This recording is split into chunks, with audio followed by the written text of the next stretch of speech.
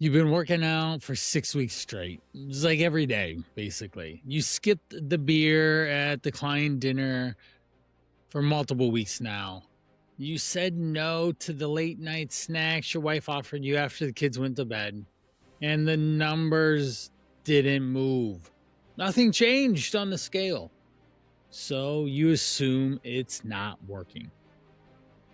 Wrong. Your body's changing, you just don't know how to see it. So, what do most men do? They get frustrated, they beat themselves up, they assume they aren't doing it right. They're actually doing it wrong and they want to quit. But here's the problem: you're not doing it wrong, you're measuring it the wrong way. The scale is just one data point. That's it, it's gravity's pull on the body. And when you make it the only data point, then you miss everything else that is actually changing. Your energy, your sleep, shirts that fit, people complimenting you. Hey, are you losing weight? Your blood pressure going down. Ultimately, your blood panel's getting better. And your mood when you walk in the door at 5 o'clock, 6 o'clock after a long, crazy, stressful day at work. And you get to spend time with your family. Today, I'm going to show you what actually matters, the numbers that tell the real story. Because if you keep relying on the scale to tell you if you're winning or not, you're going to keep quitting right before it clicks. It's that saying that you're just 3 feet from gold. Keep digging. Welcome to Driven for Health podcast, episode 68. Coach Brian Prana here. Let's jump right in. The scale is a terrible boss. Let me ask you something. If you ran your business the way you run your fitness, would you still have a business? Imagine you only tracked revenue. That's it. No profit margin, no customer retention, no pipeline, just total revenue. You'd have no idea if you're actually winning or bleeding out underneath the surface. That's what the scale is. It's just revenue. It's just one data point. It's one number that tells you almost nothing about what's actually happening inside your body. The scale doesn't know you did legs yesterday and you're holding water. Doesn't know that you had 3 cups of coffee and you might be a little dehydrated and you had drank last night. It doesn't know that it's Wednesday and your carbs are higher than usual because you had to go to a work dinner. It doesn't know you slept like garbage and your cortisol is spiked up. But you see the number go up and you assume you've failed.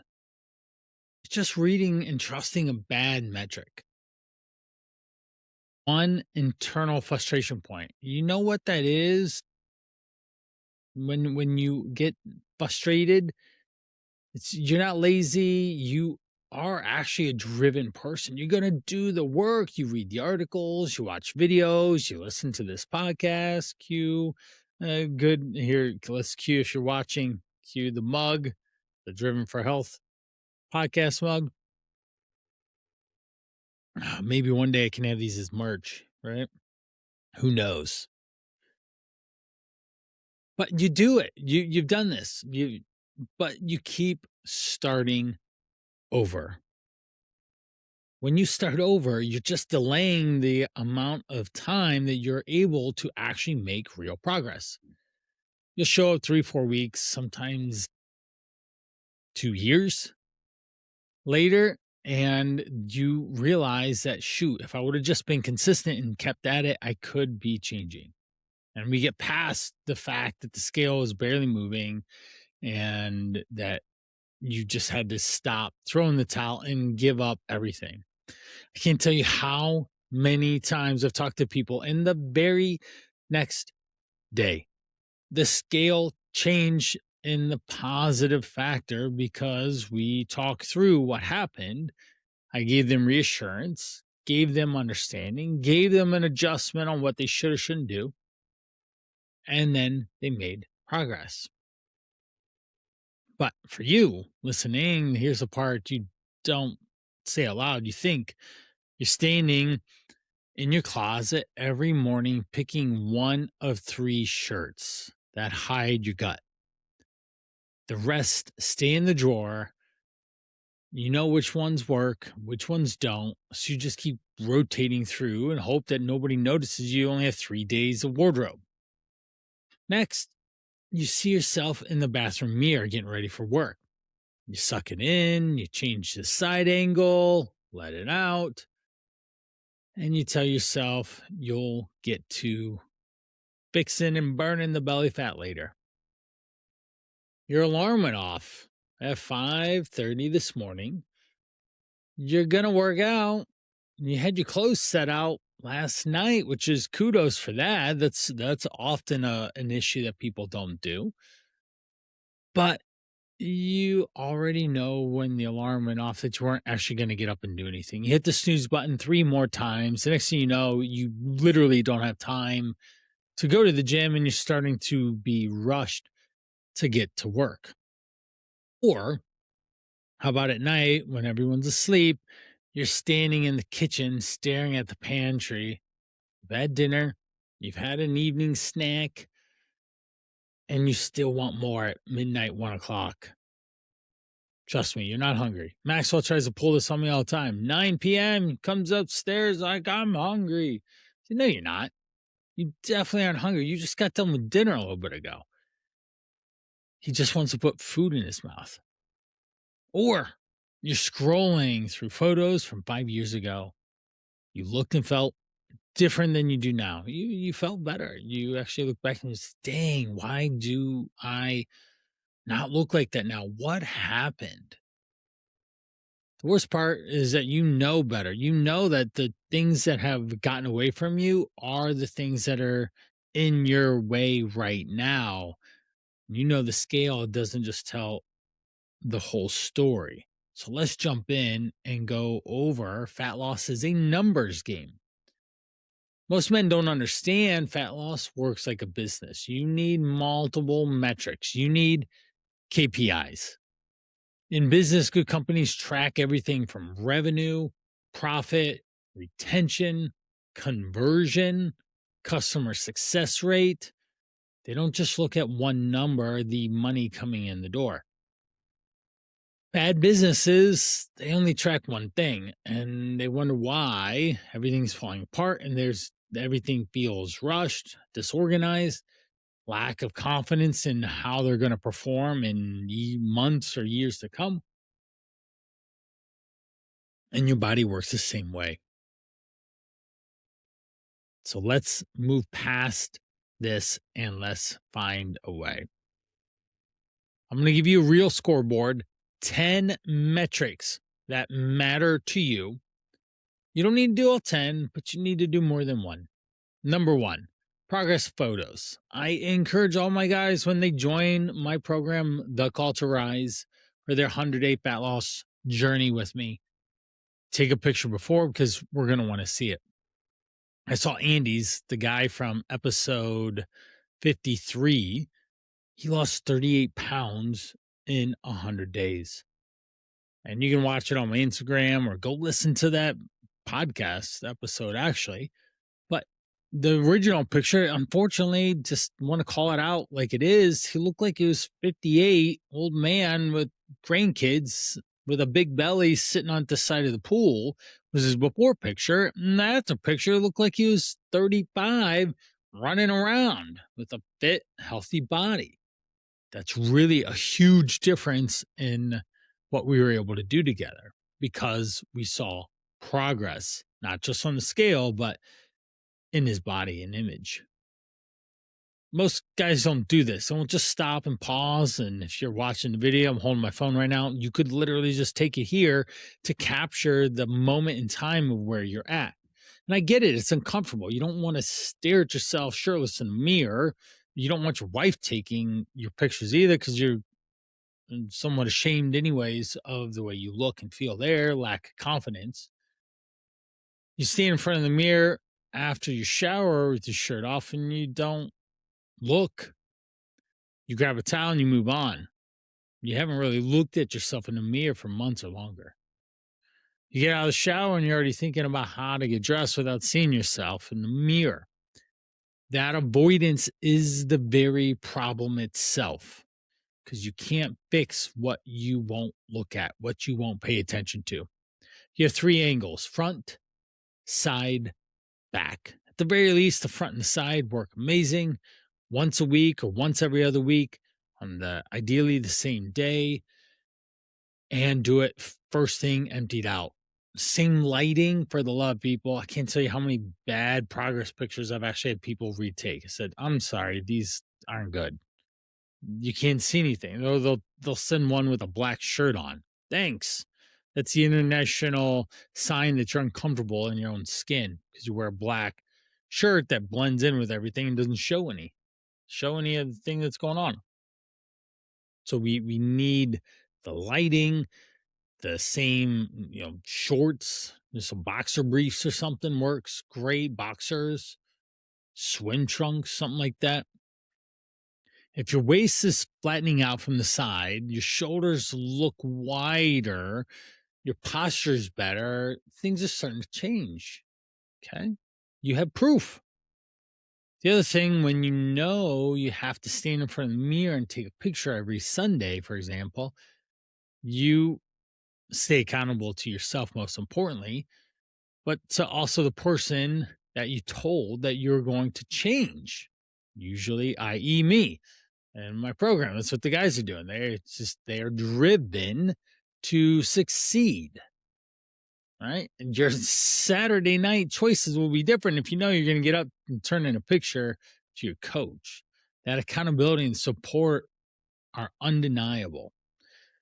Number 2, body measurements. You don't just check your bank account total, you check where the money's going. Payroll, expenses, revenue by channel. You track those details. Same with your body. Get a tape measure and measure your waist. A couple of key places. I actually have a measurement sheet. If you want it, just send me an email, brian@brianprana.com. Title measurements. I'll send it straight over. It has 12 weeks in a row that you can track, and it has a number of different visuals on it, and it also has exact points on where to measure your body. Your middle of your right arm, around your nipple line, around your belly button line, around the widest part of your hips, around the middle of your right thigh, and around the thickest part of your calf. Okay. The bicep and calf aren't going to change too much, but those things in the middle should change quite a bit. Ideally, we're doing this once a week, or at the very least once every other week. Okay. This will help you notice that you are slimming up, that your waist is starting to go down. When you go to the office 2, 3, 4 weeks from now and you sit in your office chair and you used to hate to bend over when a pencil dropped because your just belly was in the way. Well, you bend over and you say, oh my gosh, I can actually get the pencil on the floor, and it's not a big deal. The scale might not move, but if your waist is dropping an inch, you're headed in the right direction. You are actually winning. And that's what you want to care about. Yes, if you have to lose 40 pounds, the scale will go down at some point, but we want to focus on some of the bigger, deeper things. A DEXA scan, get that every couple months, every 6 months or 4 months, 3 months, every quarter, and that'll tell you. DEXA is a gold standard for body fat. And it'll tell you exactly how much percentage body fat and where it's at on your body to be able to do that.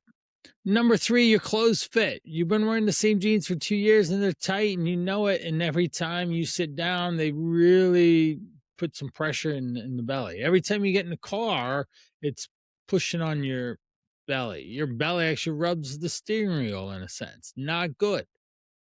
You're getting dressed to go to work with that suit because you have a business proposal you need to put in front of people and present, and you try and button up all three buttons and one doesn't fit. This isn't good.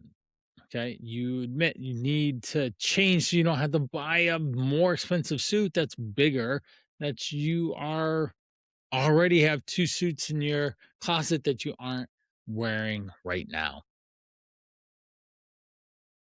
There's a shirt in the back of your closet that you love.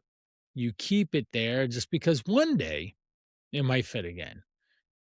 But you haven't tried it on in 2 years because you already know that it doesn't. And that's where this can be a super powerful thing is you pull that out front and center and use it to help you fit, try it on and fit back into it. Or you're in quotation skinny jeans, right? The ladies have skinny jeans, guys do too, right? They have jeans that they just feel a lot better with. Pull them out, try them on every week or at least every other week to see progress. Pull out that belt. I've got an amazing story about Alfonso. He sent me a video of him. He had his belt and it was a trophy in a sense. He didn't change it. This thing wrapped around his body. It was 1.5 times too big. And the one time he had where he grabbed this drill and he drilled another hole in it on the video for me. And I just laughed. Like, guy was just hilarious. And he was so focused on improving. He went from 280 to 210. And I have that on I have it in some testimonial videos and stuff. He's amazing. All right. Let's be honest, though. If you're avoiding the scale, you're avoiding the mirror, you're avoiding photos with your kids, you're avoiding the camera at birthdays, you aren't in any pictures on vacation. This is a problem. You don't take your shirt off, you're ashamed to. This is a problem. You avoid going out to water activities. And you just always use the excuse that it's too cold or you sunburn easily, whatever it works. You avoid going to the doctor because you don't want them calling you out about bad labs, blood pressure too high, cholesterol too high, A1C for diabetes is up, your fasting blood glucose levels are 130. Not good. And your wife's been on your back for 6, 8, 12 months to get in better health and go to the doctor, but you just won't. And this is what's important. You do not want to have a heart attack. You do not want to have a stroke. You do not want to be labeled as a diabetic. These things will kill you faster than you want to die. You don't want to die. Okay. You don't want the doctor saying you have cholesterol or your A1C's up and you are pre-diabetic or type 2 diabetic. Okay. You have to take this seriously. All right, another way to focus here is number 4 is strength levels. Scale's not moving, but you're benching heavier, you're squatting heavier, you're getting extra sets and reps in at the gym. This is a good sign. That's muscle building. That's progress. It really counts. A lot of men think that progress only means fat loss, but if you're getting stronger, it shows that your body is changing and you can be more functional and do things like move the living room furniture around when your wife wants to. I have done that many times. I've had to go rent U-Hauls to go bring couches and all sorts of stuff for my wife, and I had to be able to lift those things and move them in the house. That's what the strength can actually do for you. Number 5 is your gym form. You're squatting better, deeper, better range of motion, less pain in your knees. Squatting does not hurt your knees. Squatting in poor form or having knees that don't operate properly, that's a problem. That's when you have issues, when you use bad form. But if you develop your squats and build leg strength, then it won't hurt. Same with shoulder mobility, everything else. Okay. You go to the gym and you see that there's changes happening. You don't need to pop ibuprofen that you see you can get extra reps or sets in, and that's awesome. We need that. Number 6, we're into 2 hands now. Energy levels. People are catching you in the day saying, hey, you seem a lot more energetic. Your wife is calling you out. Your kids are happy that you're doing things after work. You're not needing 3 coffees throughout the day to make it to the end of the day. Super important. You don't need to try not to fall asleep on the way home from work before you get home and decompress. You can just get out of your car and go.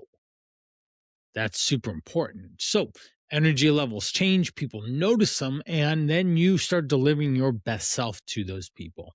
Huge win, massive. Number 7 is sleep quality. You fall asleep faster. I sleep.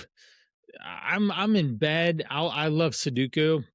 And also, I think I mentioned in the last one in the 70s episodes, I'm going to do a 6-part series, is what I'm creating it right now on sleep. So it'll be pretty in depth, pulling a lot of resources, a lot of research studies and such to give you the goods on that. But you'll sleep better. This is a sign that your body is working in your favor. It's also a sign that you're actually wearing yourself out and you are sleepy. Very important part of this whole thing. Okay, very good. 8. 8 is blood markers.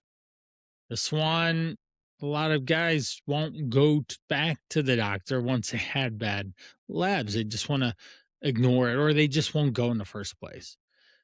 Your labs are the smoke alarm. You don't wait until you see flames to check if the batteries are working or not. You check them so that you don't have to worry about a fire later. And you don't have to have your wife on your back telling you to go and get your labs done and fix your body. Okay. We don't want that. And we don't want the doctor bringing up medicine, metformin, statins.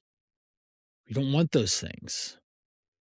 And your numbers stay normal for many years to come.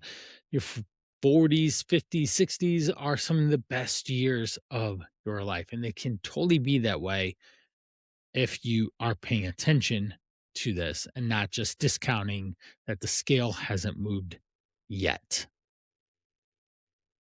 Now, side note, when you do get your labs done, we're looking for blood pressure, A1C, cholesterol, triglycerides, liver enzymes, testosterone, thyroid, vitamin D, cortisol. Those are going to be the ones that you want to spend a lot of time with getting evaluated so that you know where your health is. Number 9 is mood. Are you in a good mood or are you irritable? Are you happy or are you grumpy? Are you patient with your kids? You engage with your wife? You listen to her? Right? You'll be happier then when you have on the right track, when you're eating healthy, balanced meals, when you're moving your body. Okay, the brain changes its chemistry with exercise. The feel good hormones released and they make you happier, less stressed, calm, which you need because then people notice and that's really important that they want to be around you. Okay, the scale doesn't have to move for your mood to change. Number 10, probably most one, is how you show up at work, at home. Let's go with work. You show up with purpose, with passion. You are on it in the meetings. You're making more sales. You're doing the numbers. You're the business owner and you're bringing in more business. Okay. You're not the one that's shirking duties, trying not to fall asleep and passing the buck off to someone else. Okay. That's super important. You show up in a way that allows you to be productive and move the business forward in best, the best ways, the best needs for that to happen.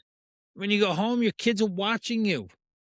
They want to play with you. They want to engage with you. Super important. So when you show up and you have energy, that you are more like yourself. That's really important.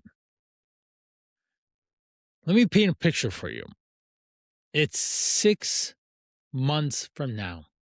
You're still relying on the scale. It's still not moving. You're still frustrated. You started and stopped 3 or 4 more times. Your jeans are still tight. You're avoiding the doctor. You're avoiding your wife about the doctor. And you just keep chugging that coffee.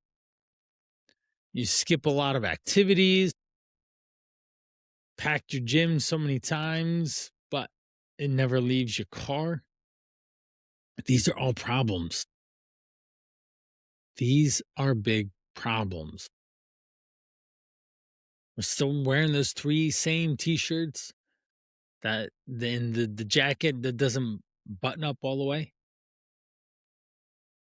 You could have changed in that amount of time. The time is going to pass either way. What is the situation that you want to put yourself into, and be what is that result that you want, and what are you going to do about it to get there? Such an important question. That's the gap of where you are now and where you want to be at. And we have to figure out how to close it with strategic strategies that fit into your everyday life. That 6 months from now, you are in a better, healthier place. So let's think about this. Even if you only lost, say, a pound for 6 months, we're still losing about 26 pounds. If you lost 1 pound a whole year, that's over 50 pounds. You're going to feel significantly different in that amount of time. So, what do you actually do this week? Here's the thing that you can do. You just need to pick 3 of them. You don't need to do all 10 of them, just 3. Real quickly, here they are again. Take progress photos, measure your waist, track your energy, notice how your clothes fit, track your strength, get your labs done. Okay. But the truth, there's plenty more. The truth is the scale is going to fluctuate. Some weeks it's up, some weeks it's down. If you're overweight, it does need to trend down. Super important. And if it's not, you need help. You can't do it by yourself. Stop bullshitting yourself. Basically, I promise you, I have a huge bullshit radar for people. Like, I don't believe you. You're not going to do it yourself. There's a guy, Chris, that I need to call out. Like, dude, it's been 2+ weeks since you talked to me about changing. You're so hot and ready to go. And there's so many ridiculous reasons why. He's a sales guy. His wife wants him to be more physically active with her, if you know what I mean. Like, you go walk your dog with your wife and you might have more connection. It's important. So, the real goal, let's be clear about something. The goal isn't necessarily initially hit a number on the scale and then just coast. The goal is to be able to build a lifestyle that allows you to live healthier, happier lives, that this year is better than last year. And it can continue that way for as long as possible. Fitness doesn't stop. You just don't retire from this. Okay. You have to keep going. If your fitness journey is going to keep going until your heart stops beating, you're going to keep making good, healthy food choices until your heart stops beating. The only question is it a good journey or bad one that you experienced? You can be 55 and stronger, more focused, energetic, and excited about where you're at with your life, and be a leader in your family. That is a choice that you can make, and you have to make it. So I gave you a bunch of different metrics for you to be able to focus on and pay attention to, so that the scale doesn't derail you and cost you actual real progress. If this podcast resonated with you, if you've not been doing any of this, you just step on the scale and you don't track or assess progress in multiple different ways, consider getting some help. Consider getting support and accountability. Consider the Culture Rise, a 100-day fat loss challenge. 5 pillars. The call, it's about your identity. You showing up as the man that you should be. The look, the feel, the body, the energy. Number 2 is the forge. It's your physical exercise and your health, your physical health. We're going to move your body and get it stronger. Number 3 is the fuel. This is your nutrition, what you put in your body and how it impacts you every single day. You eat the right foods at the right times in the right amount. Number 4 is the code, your mindset. The way that you think about things is going to be different, I promise, because I prompt and I ask and engage to make sure that you live your best healthy life. And 5, the most important, is the brotherhood around like-minded other guys that are dealing with similar issues and being led by me. I'm literally an expert. I've been doing this for 23 years. It's the only thing that I've done. I've listened to tens of thousands of hours of podcasts and YouTube videos and read studies and coached thousands and thousands of hours. So this is thecalltorise.com. I want you to check it out. Fill out a form and let's talk. Lose 20 plus pounds, get your blood panels in order, get those, in quotation, skinny jeans on, and let's go. All right. Pick 3 metrics. Wrapping up here. Pick 3 metrics that work best. Scale, clothing, and pictures. Super easy. Do it every week. You'll notice a difference because what gets tracked gets measured. Okay. I appreciate you. I hope that you get a lot out of this and that you change your body. Over and out from episode 68. Thanks for joining me on this Driven for Health episode.